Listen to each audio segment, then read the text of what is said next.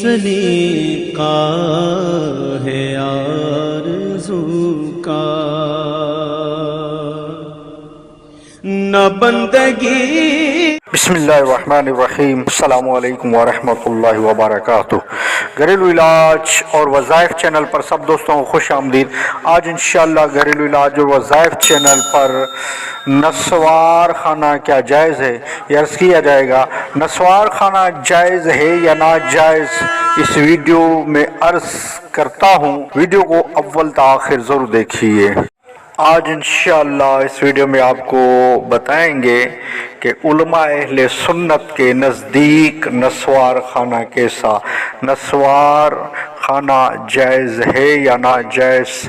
آج آپ کو اس ویڈیو میں عرض کرتا ہوں میں، علماء اہل سنت کے نزدیک نسوار خانہ حرام ہے یا نہیں، کیونکہ نسوار جو ہے خانہ حرام نہیں ہے۔ علماء اہل سنت کے نزدیک نسوار خانہ حرام نہیں ہے کیونکہ نشہ آور، علماء اہل سنت کا کہنا ہے کہ ہر نشہ آور چیز حرام ہے، یعنی جس میں نشہ چڑھے، عقل زائل ہو، وہ حرام ہے۔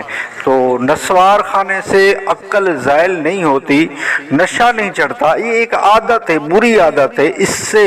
اس کے نقصانات بہت ہیں، اس کے جو نسوار خانے کے نقصانات بہت زیادہ ہیں، تو نسوار سے بچنا چاہیے، نسوار خانے کی عادت چھوڑنی چاہیے، کیونکہ اس سے منہ میں بدبو پھیلتی ہے، اور بھی نہ جانے نسوار کھا کے مسجد میں آپ نہیں جا سکتے کیونکہ اس سے بدبو پھیلتی ہے۔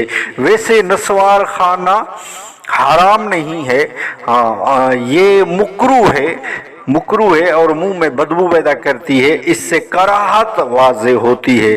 تو نسوار خانے سے ہو سکے تو آپ جان چھڑا لیجئے۔ نسوار کے نقصانات پر میں نے ایک ویڈیو بنائی ہے، وہ بھی دیکھ لیں، اور نسوار چھوڑنے کے طریقے بھی میں نے عرض کر دیے ہیں۔ اس آئی بٹن میں یا اینڈ اسکرین میں اس کی آپ کو ویڈیو دے دوں گا، وہاں سے آپ دیکھ لیں کہ نسوار چھوڑنے کے کیا کیا طریقے ہیں۔ اور ویڈیو اچھی لگی تو لائک کر دیجئے۔